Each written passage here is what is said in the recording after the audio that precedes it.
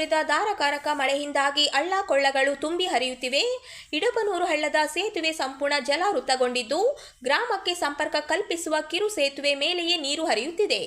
ಸೇತುವೆ ಮೇಲೆ ನೀರು ಹರಿಯುತ್ತಿರುವುದರಿಂದ ವಾಹನ ಸಂಚಾರಕ್ಕೆ ಅಡ್ಡಿಯಾಗಿದ್ದು, ಸ್ಥಳೀಯರು ಎಚ್ಚರಿಕೆಯಿಂದ ಸಂಚರಿಸುತ್ತಿದ್ದಾರೆ.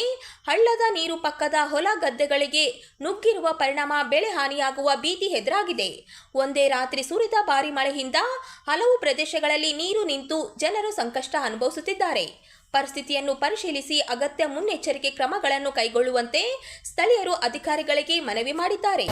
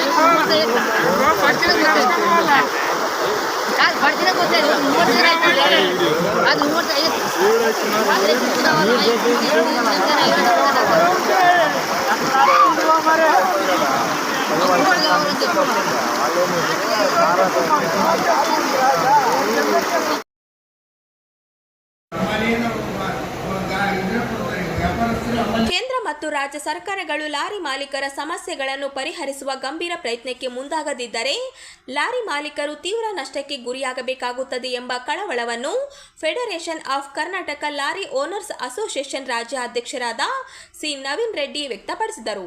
ಇಂದು ನಗರದ ಲಿಂಗಸ್ಗೂರು ರಸ್ತೆಯಲ್ಲಿರುವ ಖಾಸಗಿ ಫಂಕ್ಷನ್ ಹಾಲ್ನಲ್ಲಿ ಆಯೋಜಿಸಲಾದ ಅಸೋಸಿಯೇಷನ್ 35ನೇ ಸರ್ವ ಸದಸ್ಯರ ವಾರ್ಷಿಕ ಸಭೆ ಉದ್ಘಾಟಿಸಿ ಮಾತನಾಡಿದರು. ಲಾರಿ ಮಾಲೀಕರ ಸಂಘದಿಂದ ಕೇಂದ್ರ ಮತ್ತು ರಾಜ್ಯ ಸರ್ಕಾರಗಳಿಗೆ ಪದೇ ಪದೇ ತಮ್ಮ ಸಮಸ್ಯೆಗಳ ಬಗ್ಗೆ ಮನವಿ ನೀಡಿ ಪರಿಹಾರಕ್ಕೆ ಒತ್ತಾಯಿಸಿದರೂ ಸೂಕ್ತ ಕ್ರಮ ಕೈಗೊಳ್ಳುತ್ತಿಲ್ಲ. ಒಂದೆಡೆ ಲಾರಿಗಳ ತೀವ್ರ ಪೈಪೋಟಿ, ಮತ್ತೊಂದೆಡೆ ಸರ್ಕಾರಗಳ ಅನೇಕ ನಿಯಮಗಳು ಲಾರಿ ಮಾಲೀಕರ ಪಾಲಿಗೆ ಗಂಭೀರ ಸಮಸ್ಯೆಯಾಗಿದೆ. ಮತ್ತೊಂದೆಡೆ ಕೇಂದ್ರ ಸರ್ಕಾರ ವಿದ್ಯುತ್ ಚಾಲಿತ ಲಾರಿಗಳನ್ನು ರಸ್ತೆಗಳಿಸುವ ಗಂಭೀರ ಚಿಂತನೆಗೆ ಮುಂದಾಗಿದೆ. ಕೇಂದ್ರ ಸಚಿವರಾದ ಎಚ್.ಡಿ. ಕುಮಾರಸ್ವಾಮಿ ಅವರು ಈ ಬಗ್ಗೆ ಇತ್ತೀಚೆಗೆ ಕರೆದ ಸಭೆಯಲ್ಲಿ ತಮ್ಮ ಅಭಿಪ್ರಾಯ ತಿಳಿಸಿದರು. ತಮ್ಮ ಇಲಾಖೆಯಲ್ಲಿ 3,000 ಕೋಟಿ ಅನುದಾನವಿದ್ದು, ಇದನ್ನು ವಿದ್ಯುತ್ ಚಾಲಿತ ವಾಹನ ಸರಕು ಸಾಗಾಣಿಕೆ ಬಳಕೆಗೆ ಉಪಯೋಗಿಸುವುದಕ್ಕೆ ವಿನಿಯೋಗಿಸಲಾಗುತ್ತದೆ.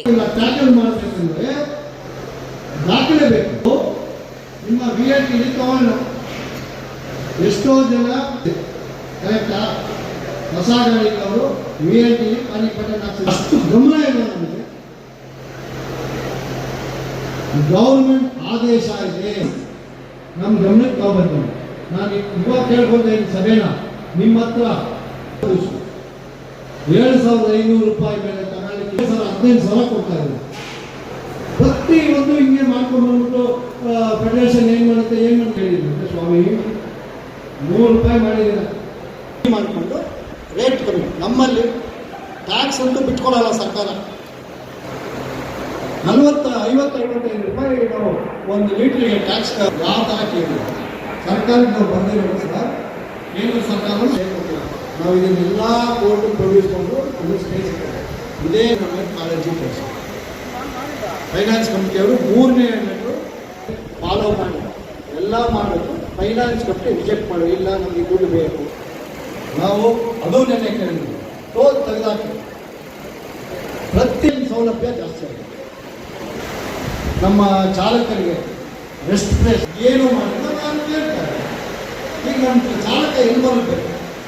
ಇವಾಗ ನ್ಯಾಷನಲ್ ಹೈವೇ ಜಿಲ್ಲಾ MLA ದಯವಿಟ್ಟು ಹೋಗಿ ನಮಗೆ ಪಾರ್ಕಿಂಗ್ ಜಾಗ ನಮ್ಮ ದುಡ್ಡು ಈಗ MLA ಶಿಷ್ಯ ಆಗೋದು ದೊಡ್ಡ ಮನುಷ್ಯ. ನಮಗೇನ್ರಿ ಸಿಕ್ಕಿದೆ? ನಮಗೊಂದು ಮರ್ಯಾದೆ ಅನ್ನೋದು ಬೇಡ. ಒಂದು ಇಂಜಿನಿಯರ್ ಇರೋದು ಒಂದು ವರ್ಕ್ಶಾಪ್ಗೆ 25 ಗಾಡಿ ನಿಂತೈತೆ ಸರ್ವಿಸ್ಗೆ. ನಮ್ಮವರು ಒಂದು ಮಾಡಿ ಗಾಡಿ ತಗೊಳ್ಳೋ ಯೋಚನೆ ಮಾಡಿದ್ರ. ಮೊನ್ನೆ ಡೆಲ್ಲಿಗೆ ಕುಮಾರಸ್ವಾಮಿ ಸಾಹೇಬರು ಕರೆದಿದ್ರು. ಎಲೆಕ್ಟ್ರಾನಿಕ್ ವೆಹಿಕಲ್ಸ್ ಬರ್ತಾ ಇದೆ ಮಾರ್ಕೆಟ್ ಒಳಗಡೆ. ನನ್ನ ಹತ್ರ 3,000 ಕೋಟಿ ಇದೆ, ಖರ್ಚು ಯಾವ ಥರ ಮಾಡಬೇಕು? ಎಲ್ಲರೂ ಬಂದರು ಬಳಕಿದ್ರು, ನಮ್ಮ ದೊಡ್ಡ ಮನುಷ್ಯನ ಬಂದ ಬಳಕ ಬಂದು ನಾನು ಇಷ್ಟೇ ಕೇಳಿದೆ ಕುಮಾರಸ್ವಾಮಿ ಅವರು, ಸರ್ ಆಯಿತು ಮೀಟಿಂಗ್ ಆಯಿತು ಓಡ್ಬೋದು, ಏನಪ್ಪ ಅಂತ ಹೇಳಿದ್ರು. ಅವ್ರು ಯಾರು ನನ್ನ ಕರ್ಕೊಂಡು ಹೋದಾಗ ಸರ್ ಇವರು ಚೆನ್ನಾರೆಡ್ಡಿ ಅವ್ರ ಮಗ, ಬಾಪ ನಮ್ಮ ಕರ್ನಾಟಕ ಚೆನ್ನಾರೆಡ್ಡಿ ಅವರು, ಹೌದು ಸರ್ ಚೆನ್ನಾರೆಡ್ಡಿ ಅವರು, ಬಾಪ ನೀನ್ಯಾಕಪ್ಪ ಹೇಳಿದ್ರು, ಎಲ್ಲಿ ಮಾತಾಡೋ ಅವಶ್ಯಕತೆ ಬೇಕಿಲ್ಲ ಸರ್, ಇಷ್ಟು ಜನ ಸಜೆಷನ್ ಕೊಟ್ಕೊಂಡು ನಮ್ಮಂತ ಮುಟ್ಟಾಗಬೇಡ ಹಾಕ್ತಾರೆ. ನಾನು ಇಷ್ಟೇ ಕೇಳಿದಲ್ಲ ಸರ್, ನಿಮ್ಮ ಸರ್ಕಾರ ಇಷ್ಟು ಜನ ಆಫೀಸರ್ಗಳಿದ್ದಾರೆ, ಇಷ್ಟು ಜನ IAS ಆಫೀಸರ್ಗಳಿದ್ದಾರೆ, ಯಾರಾದ್ರೂ ರೋಡ್ಗೆ ಹೋಗಿದಾರ? ಯಾರಾದ್ರೂ ಹೋಗಿದಾರ ಕೇಳಿ ಸರ್. ನೀವು ರೋಡಿಗೆ ಬೆಂಗಳೂರು ಟು ಬಾಂಬೆ ಎಷ್ಟು ಪೆಟ್ರೋಲ್ ಬಂಕ್ ಇದೆ ಅಂತ ಗೊತ್ತಾ ಸರ್ ನಿಮಗೆ? ಯಾವ ಪೆಟ್ರೋಲ್ ಬಂಕ್ ಹೋದ್ರು 1-2 ಲಾರಿ ನಿಂದಿರುತ್ತಾ ಡೀಸೆಲ್ ಹಾಕ್ಸ್ಕೊಳ್ಳಿಕ್ಕೆ? ಸೊ ನೀವು ಎಲೆಕ್ಟ್ರಾನಿಕ್ ಗಾಡಿ ಬಿಟ್ಬಿಟ್ರೆ 220 ಕಿಲೋಮೀಟರ್ ಬೇಕು. 220 ಕಿಲೋಮೀಟರ್ ನಾನು ಗಾಡಿ ನಿಲ್ಸಿದ್ರೆ ರೆಸ್ಟ್ ಜಾಗ ಬೇಕು, ನನ್ನ ಡ್ರೈವರ್ ಮಲಗಬೇಕು. 5 ಅವರ್ ಆಗುತ್ತೆ ಚಾರ್ಜ್ ಆಗುತ್ತೆ, 6 ಅವರ್ ಆಗುತ್ತೆ ಚಾರ್ಜ್ ಆಗುತ್ತೆ. ಎಲ್ಲಿಂದ ತರೋಣ ಅದು? ನೀವು ಹೇಳ್ಬಿಡ್ತೀರಾ ಗಾಡಿ ಬಿಟ್ಬಿಡ್ತೀನಿ ಮಾರ್ಕೆಟ್ಗೆ. ಗಾಡಿ ಬಿಟ್ಟರೆ 5 ಅವರ್ ಚಾರ್ಜಿಂಗ್ ಪಾಯಿಂಟ್. ನಿಮ್ಮ GST ಕೊಡೋ ಕಾಟ. ನಾನು ಬೆಂಗಳೂರಿಂದ ಬಾಂಬೆಗೆ 36 ಅವರ್ 40 ಅವರ್ ಕೊಟ್ಟಿರ್ತಾನೆ. ಇಲ್ಲ 300-300 ಕಿಲೋಮೀಟರ್ ಚಾರ್ಜಿಂಗ್ ಅಂದರೆ ಎಷ್ಟಾಯ್ತು?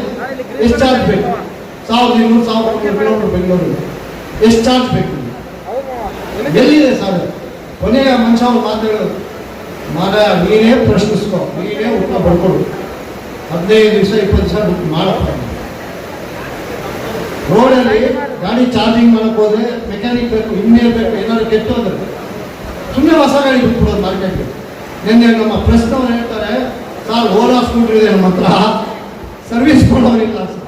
ಓಲಾ ಸ್ಕೂಟ್ರಿಗೆ ಸರ್ವಿಸ್ ಮಾಡೋರಿಲ್ಲ, ಈ ಲಾರಿ ಬರ್ತಾರೆ. ನಮ್ಮಲ್ಲಿ ದೇಶದಲ್ಲಿ ಏನು ಪ್ರಾಬ್ಲಮ್ ಅಂದರೆ, ಹೊರ ದೇಶದಲ್ಲಿ ಫಸ್ಟು ಸರ್ವಿಸ್ ಸ್ಟೇಷನ್ಗಳು ಮಾಡ್ತಾರೆ, ಫಸ್ಟ್ ಇಂಜಿನಿಯರಿಂಗ್ ಪ್ರೊಡ್ಯೂಸ್ ಮಾಡ್ತಾರೆ, ಆಮೇಲೆ ಸೇಲ್ಸ್ ಮಾಡ್ತಾರೆ. ಈ ದೇಶದಲ್ಲಿ ಫಸ್ಟ್ ಗಾಡಿ ಮಾರ್ಬಿಡೋದು, ಕಲ್ಲು ಎತ್ತಾಕ್ಬಿಟ್ಟೆ ಸತ್ತೋದ ಅವನು. ಎಷ್ಟು ಜನ ಹೊಸ ಗಾಡಿಗಳು ತಗೊಂಡಿಲ್ಲ, ಸರ್ವಿಸ್ ಮಾಡೋದು ಬರುತ್ತಾ ಇಲ್ಲ? ಹೋಗೋಣ ವರ್ಕ್ಶಾಪ್ಗಳಿಗೆ. ಈಗ ಅಶೋಕ್ ಲೇಲ್ಯಾಂಡ್ ಟೀಮ್ ಕೇಳೋಣ, ಸುಮ್ಮನೆ ಹೋಗಿ ಹೊಸ ಗಾಡಿ ತಗೊಂತೀವಿ. ತಿಳುವಳಿಕೆ ತಗೊಳ್ಳಿ, ಆ ಗಾಡಿಯಲ್ಲಿ ಏನು ಕಷ್ಟ ಇದೆ, ಏನಿದೆ ಏನಿಲ್ಲ, ಅವ್ನ ಸರ್ವಿಸ್ ಟೀಮ್ ಹೇಗಿದೆ, ಪಾರ್ಟ್ಸ್ ಎಷ್ಟು ಕಾಸ್ಟ್ ಆಗುತ್ತೆ ಅರ್ಥ ಮಾಡ್ಕೊಳ್ಳಿ. ಹೊಸ ಗಾಡಿ ತಗೊಳ್ಳೋದು ದೊಡ್ಡದಲ್ಲ. ಅವ್ರ ಲೆಕ್ಕ ಅವ್ರಿಗೆ ಆ ಗಾಡಿ 8 ಗಂಟೆ 8 ತಾಸಿನಲ್ಲಿ ಆಗಿಲ್ಲಪ್ಪಲ್ಲ, ನಮಗೆ ನೀವು ಈ ರೀತಿ ತಾಸಿನ ಮುಖಾಂತರ ಹೈಟಿಂಗ್ ಕೊಡಿ ಅಂತ ಕೇಳಿ, ಅವ್ರು ಯಾಕೆ ಕೊಡೋದು ಅಂತ ಕೇಳಿಕ್ಕೆ ಬರ್ತದೆ. ಅದನ್ನು ಮಾಡಬೇಕು ಅಂದರೆ ನಾವು ನಮ್ಮ ಜಿಲ್ಲೆಗಳ ಅಸೋಸಿಯೇಷನ್ ಏನಿದ್ದಾವೆ, ನಮ್ಮ ತಾಲೂಕು ಮಟ್ಟದಲ್ಲಿ, ನಮ್ಮ ರಾಜ್ಯ ಮಟ್ಟದಲ್ಲಿ, ಆಮೇಲೆ south zone, north zone, national, ಇವೆಲ್ಲ ನಾವು ಸ್ಟ್ಯಾಂಡ್ ಹೇಗೆ ಆಗಬೇಕು? ಇದಕ್ಕೆ ಮಾಡಲಿಕ್ಕೆ ನಮ್ಮ ಹತ್ರ RTOಗೆ ಪೊಲೀಸರಿಗೆ ಅಲ್ಲಿ ಹೋಗಿ ಹಾಲ್ಟಿಂಗ್ ಮಾಡಿಕೊಂಡು ದುಡ್ಡು ವೇಸ್ಟ್ ಮಾಡಲಿಕ್ಕೆ ಟೈಮ್ ಇದೆ. ಆದರೆ ಅದೇ ನಾವು ನಮ್ಮ ಲೋಕಲ್ ಅಸೋಸಿಯೇಷನ್ಗೆ ಒಂದು ಲಾರಿ ಮಾಲಕ ಒಂದು ಟ್ರಿಪ್ಪಿಗೆ 100 ರೂಪಾಯಿ ಕೊಡಿ, ಮೊದಲು ನೀವು ಸ್ಟ್ರಾಂಗ್ ಆಗ್ರಿ ಅಂತೇನೆ ನಾನು. 100 ರೂಪಾಯಿ ಎದಕ್ಕೆ ಬೇಕಪ್ಪ? ನೀವೊಂದು ವಕೀಲರಿಟ್ಟು ಇಲ್ಲಿ ಬೇರೆ ಊರಿಂದ ಗಾಡಿ ಬಂದಿರ್ತಾವೆ, ಅಥವಾ ನಮ್ಮದೇ ಲಾರಿಗಳಿಗೆ ತೊಂದರೆ ಆಗಿರ್ತದೆ. ಇದನ್ನು ಫೈಟ್ ಮಾಡಲಿಕ್ಕೆ ಇದು ಒಂದು ಭಾಳ ಅನುಕೂಲ ಇದೆ. ಆದರೆ ನಾವು 1,000, 1,500, 2,000, 3,000, 5,000 ರೂಪಾಯಿಗೂ RTOಗಳಿಗೆ ಬಾರ್ಡರ್ಗೆ ಕೊಡ್ತೇವೆ, ಪೊಲೀಸರಿಗೆ ಕೊಡ್ತೇವೆ.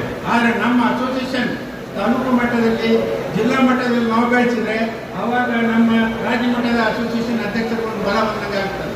ಅದೇ ರೀತಿ ಸೌತ್ ಝೋನ್ ಆಗಲಿ, ನ್ಯಾಷನಲೈಸ್ ಆಗಲಿ, ಇದಕ್ಕೊಂದು ಬಲ ಕೊಟ್ಟಂಗೆ ಆಗ್ತದೆ. ಇಲ್ಲಪ್ಪ ಅಂದರೆ ನಾವು ಬರೀ ಹಾಗೆ ಕೇಳೋದು, ಹೋಗೋದು, ನಿಲ್ಲೋದು. ಯಾಕಂದ್ರೆ ಬೈ ಗಾಡಿ ಖಾಲಿನವ್ರು ಆಗಿ ಕೆಲಸ ಕಾರ್ಯಕ್ಕೆ ಅಂತ ಹೇಳೋದು, ಬರೀ ಮಾತಾಡ್ತಾ ಇರ್ತದೆ. ಕೆಲಸ ಕಾರ್ಯ ಕೃತಿಯೊಳಗೆ ಬರಬೇಕಂದ್ರೆ ನಾವು ಸ್ಟ್ರಾಂಗ್ ಆಗಬೇಕು. ಆಮೇಲೆ ಲೋಡಿಂಗ್ ಅನ್ಲೋಡಿಂಗ್ ಆಲ್ ಓವರ್ ಕರ್ನಾಟಕದೊಳಗೆ ನಾವೆಲ್ಲ ಒಂದು ಸಾರಿ ಫೈಟ್ ಮಾಡಿದ್ದೇವೆ. ಈಗಾಗಲೇ ಆಲ್ರೆಡಿ APMC ಮಾರ್ಕೆಟ್ ಯಾರ್ಡ್ನವರು ಲಾರಿ ಮಾಲೀಕರಿಗೆ ಹಮಾಲಿ ಸಂಬಂಧ ಇಲ್ಲ ಅಂತ ಹೇಳಿದ್ದಾರೆ. ಅದೇ ಲೇಬರ್ ಆಫೀಸ್ನವರು ಸುಧಾಮ ಹಮಾಲಿ ಲಾರಿವರಿಗೆ ಸಂಬಂಧ ಇಲ್ಲ ಅಂತ ಹೇಳಿದ್ದಾರೆ. ಅದನ್ನು ಕಾನೂನಾತ್ಮಕವಾಗಿ ಇದೇನು ನಾನು 100 ರೂಪಾಯಿ ಹೇಳ್ತಾ ಇದ್ದೀನಲ್ಲ, ಎಲ್ಲ ಜಿಲ್ಲೆಗಳಲ್ಲಿ ಫೈಟ್ ಮಾಡ್ರಿ, ಇದು ಹಮಾಲಿ ತಾನೇ ಹೋಗ್ತದೆ. ಯಾಕಂದ್ರೆ ಇವತ್ತು ಒಂದು ಗಾಡಿ ಲೋಡ್ ಮಾಡಬೇಕಂದ್ರೆ 3,000ರಿಂದ ಹಿಡ್ಕೊಂಡು 3,500-4,000 ರೂಪಾಯಿ ಹೊಡೆದು ಹಮಾಲಿ ಹೋಗ್ತಾ ಇದೆ ಬರೀ ದೊಡ್ಡ ಲಾರಿಗಳಿಗೆ. ಚಿಕ್ಕ ಲಾರಿಗಳಿಗೆ 1,000-1,500 ರೂಪಾಯಿ ಹೋಗ್ತಾ ಇದೆ. ಅದಕ್ಕೋಸ್ಕರ ನಾವು ಇದನ್ನು ಸ್ಟ್ಯಾಂಡ್ ಆಗಬೇಕು ಅಂದರೆ ನಮ್ಮ ಲೋಕಲ್ ಅಸೋಸಿಯೇಷನ್ ನಾವು ಸ್ಟ್ಯಾಂಡ್ ಮಾಡ್ಕೋಬೇಕಂತೇಳಿ ನಾನು ಹೇಳ್ತೇನೆ. ದಿನಾಂಕ 21/5/2026. ಸಾಮಾಜಿಕ ಹೋರಾಟಗಾರ ರಾಜು ಬೊಮ್ಮನಾಳ ಅವರ ವಿರುದ್ಧ ಇತ್ತೀಚೆಗೆ ಪ್ರಸಾರವಾಗಿರುವ ಸುದ್ದಿಗಳ ಕುರಿತು ಅವರ ಬೆಂಬಲಿಗರು ಸ್ಪಷ್ಟನೆ ನೀಡಿದ್ದು, ಘಟನೆಗೆ ಸಂಬಂಧಿಸಿದಂತೆ ತಪ್ಪು ಮಾಹಿತಿ ಹರಡಲಾಗುತ್ತಿದೆ ಎಂದು ಆರೋಪಿಸಿದ್ದಾರೆ. ಮೇ 21ರಂದು ನಗರದ ಬಸ್ ನಿಲ್ದಾಣದ ರಾಘವೇಂದ್ರ ಕ್ಯಾಂಟೀನ್ನಲ್ಲಿ ನಡೆದ ಘಟನೆಗೆ ಬೇರೆ ರೀತಿಯ ಬಣ್ಣ ನೀಡಲಾಗುತ್ತಿದ್ದು, ರಾಜು ಬೊಮ್ಮನಾಳ ಅವರು ತಮ್ಮ ಮೇಲಾದ ಅಪಮಾನವನ್ನು ಪ್ರಶ್ನಿಸಿದ್ದಕ್ಕೆ ಮಹಿಳೆಯೊಬ್ಬರು ಹಲ್ಲೆ ನಡೆಸಿದ್ದಾರೆ ಎಂದು ತಿಳಿಸಿದ್ದಾರೆ. ಘಟನೆಯ ಸಂಪೂರ್ಣ ಸತ್ಯಾಂಶ ಹೊರಬರುವ ಮುನ್ನವೇ ರಾಜು ಅವರನ್ನು ತಪ್ಪಾಗಿ ಬಿಂಬಿಸುವ ರೀತಿಯಲ್ಲಿ ಸುದ್ದಿ ಪ್ರಸಾರ ಮಾಡಲಾಗುತ್ತಿದೆ ಎಂದು ಬೆಂಬಲಿಗರು ಅಸಮಾಧಾನ ವ್ಯಕ್ತಪಡಿಸಿದ್ದಾರೆ. ತಪ್ಪು ಮಾಡಿದರೆ ಕಾನೂನು ಪ್ರಕಾರ ಕ್ರಮ ಜರುಗಲಿ, ಆದರೆ ವೈಯಕ್ತಿಕ ನಿಂದನೆ ಹಾಗೂ ಏಕಪಕ್ಷೀಯ ಆರೋಪಗಳು ಸರಿಯಲ್ಲ ಎಂದು ಅವರು ಹೇಳಿದ್ದಾರೆ. ಸುಳ್ಳು ಆರೋಪಗಳಿದ್ದರೆ ಕಾನೂನು ಹೋರಾಟ ಮುಂದುವರಿಸಲಾಗುವುದು ಎಂದು ಎಚ್ಚರಿಕೆ ನೀಡಿದ್ದಾರೆ. ಇಲ್ಲ, ನಿಮ್ಮ ಓನರ್ನ ಕರಿ, ನಾನು ಮಾತಾಡ್ತೀನಿ ಯಾವನ ಓನರ್ ಹಿಂಗೆ ಅಂತೇಳಿ ನನಗೆ ಅವಾಚ್ಯ ಶಬ್ದಗಳಿಂದ ಮಾತಾಡಿಲ್ಲ. ಹಂಗಲ್ಲ, ಹಂಗೆಲ್ಲ ಮಾತಾಡ್ತೇನೆ ನಮ್ಮ ಹಿಂಗೆ ಅಂತಂದಾಗ, ಇಲ್ಲ ನಿಮ್ಮ ಅಪ್ಪಂದು ಇದು ಹೋಟಲ್ ಇಲ್ಲ, ನಾನು ಇಲ್ಲೇ ಬೆಳಿಬೇಕು, ನೀನು ಓದ್ತಿದ್ದೇ ಇಲ್ಲ ಅಂಥೇಳಿ ನನಗೆ ಬಾರಿಗಳಿಂದ 2-3 ಸಲ ಟಚ್ ಮಾಡಿದ್ದಕ್ಕೆ ನಾನು ಒಂದು ಕೋಪದಿಂದ 1-2 ಮಾತು ಆಯಮ್ಮಗೆ ಆಡಿದೆ. ಅದೇ ಒಂದು ಸಿಟ್ಟಿಟ್ಕೊಂಡು ಆಯಮ್ಮ ಯಾರ್ದೋ ಕಾಣಲಾರ್ದ ಕೈಗಳ ಮಾತು ಕೇಳಿ ನನ್ನ ಮೇಲೆ, ನಾನು ಹೊರಗಡೆ ಹೋಗಿ ಬಸ್ ಸ್ಟ್ಯಾಂಡ್ ಸೈಡಲ್ಲಿ ನಾನು ಫೋನ್ ಮಾತಾಡಿಕೊಂಡು ನಿಂತಿರುವಾಗ ಇಮಿಡಿಯೇಟ್ಲಿ ಅದೇ ತಾನು ಮಾಡ್ತಿರ್ತಕ್ಕಂಥ ಹೋಟೆಲ್ನಲ್ಲಿ ಕಾರ್ ಪುಡಿ ತಗೊಂಡು ಏನು ವಿಷಯವಿಲ್ಲದೆ ನನಗೆ ಕಣ್ಣಿಗೆ ಕಾರ್ ಪುಡಿ ಎರಚಿ ನನಗೆ ಮತ್ತೆ ನನಗೆ ಒದ್ದು ನನಗೆ ಅವಮರ್ಯಾದೆ ಮಾಡಿದ್ದಾರೆ. ಆದರೆ ಇದಕ್ಕೆ ಆಯಮ್ಮ ಒಬ್ಬಕ್ಕೆಲ್ಲ ಇದರಿಂದ ಕಾಣದ ಅದೇ ಟೈಮ್ನಲ್ಲೇ ಆಕೆ ಕಣ್ಣದ ಕಾರ್ ಪುಡಿ ಹಾಕಬೇಕು, ಲೈವ್ ವಿಡಿಯೋ ಬಿಡಬೇಕು ಅನ್ನೋದರಿಂದ ಇದರಿಂದ ಒಂದು ದೊಡ್ಡ ಷಡ್ಯಂತ್ರ ಐತೆ. ನಾನು ಒಬ್ಬ ಸಾಮಾಜಿಕ ಕಾರ್ಯಕರ್ತ, ನಾನು ಒಳ್ಳೇದು ಮಾಡಬೇಕಾಗ್ತದೆ, ಕೆಟ್ಟದ್ದು ಮಾಡಬೇಕಾಗ್ತದೆ. ಆದರೆ ಇದೊಂದು ಸಲ ನನಗೆ ಅವಮರ್ಯಾದಲ್ಲ, ಈ ಹಿಂದೆ 2-3 ಸಲ ನನಗೆ ಮರ್ಡ್ರ್ ಮಾಡೋಕ್ಕೂ ನನ್ನ ವಿರೋಧಿಗಳು ನನಗೆ ಇದು ಮಾಡ್ಯಾರ, ಮರ್ಡ್ರ್ ಮಾಡ್ಸೋಕ್ಕೂ ಆಫರ್ ಕೊಟ್ಟಿದ್ರು. ಆದರೆ ಅದರಲ್ಲಿಂದನೂ ತಪ್ಪಿಸ್ಕೊಂಡು ಬಂದೀನಿ.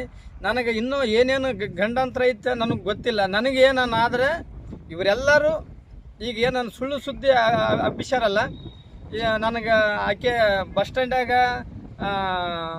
ಬಸ್ಸಿಗೆ ಹೋಗೋ ಹೆಣ್ಮಗಳನ್ನ ಸುಡಿಯೋದನ ಮತ್ತು ಈ ಪಕ್ಕದಾಗ ಹೋಟ್ಲ್ದಾಗ ಹೋಗಿ ಖಾರ ತಂದು ಹಾಕ್ಯಾಳಂತ ಇದೆಲ್ಲ ಹಲೋ, ಸರಿಯಪ್ಪ ಗುರು, ಸರಿ, ಅಡ್ಡ ಬರಬೇಡ್ರಿ. ಸಾಮಾಜಿಕ ಸುಧಾರಣೆಯಲ್ಲಿ ಕ್ರಾಂತಿಕಾರಕ ಕಾರ್ಯನಿರ್ವಹಿಸಿದವರ ಸ್ಮರಣೆ ಮತ್ತು ಅವರ ಆದರ್ಶಗಳು ಅನುಕರಣೆ ಅಗತ್ಯವಾಗಿದೆ ಎಂದು ಬಂಡಾಯ ಸಾಹಿತಿ ಅಲ್ಲಮ ಪ್ರಭು ಬೆಟ್ಟದೂರು ಅವರು ಹೇಳಿದರು.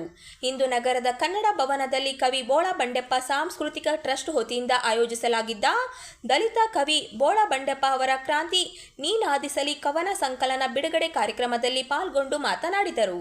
ಕವಿ ಬೋಳ ಬಂಡೆಪ್ಪ ತಮ್ಮ ಸಾಹಿತ್ಯದ ಮೂಲಕ ಭೂಷಣೆಯ ವಿರುದ್ಧ ಧ್ವನಿ ಎತ್ತಿದ್ದರು. ಅವರ ದಲಿತ ಸಾಹಿತ್ಯ ಸಮಾಜದಲ್ಲಿ ಇರುವ ಅನಿಷ್ಠೆ ನಿವಾರಣೆ ಮತ್ತು ಸಮಾನತೆಗೆ ಸಂಕೇತವಾಗಿತ್ತು. ಈ ರೀತಿ ಸಮಾಜ ಸುಧಾರಣೆಗೆ ಅನೇಕರು ಮಾಡಿದ ಸೇವೆಗಳು ಸದಾ ಸ್ಮರಣೀಯವಾಗಿದೆ. ಇವರ ಆದರ್ಶಗಳು ಇಂದು ಅಗತ್ಯವಾಗಿವೆ. ಅವರ ಹೋರಾಟ ಮತ್ತು ಅವರ ಸಾಹಿತ್ಯ ಇಂದಿನ ಹೋರಾಟಕ್ಕೆ ಎಚ್ಚರಿಕೆಯು ಎನ್ನುವುದು ಮರೆಯುವಂತಿಲ್ಲ.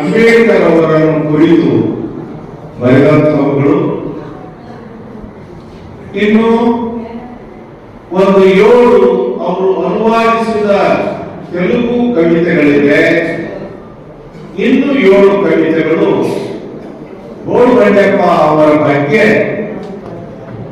ಕವಿಗಳು ಬರೆದಂತಹ ಕವಿತೆಗಳು ಇಲ್ಲಿ ಇರುವುದನ್ನು ನಾವು ಕಾಣಬಹುದು. ಸಮಾಜಕ್ಕೆ ಒಂದು ಕೃತಜ್ಞತೆ ಅನ್ನೋದು ಇರಬೇಕು.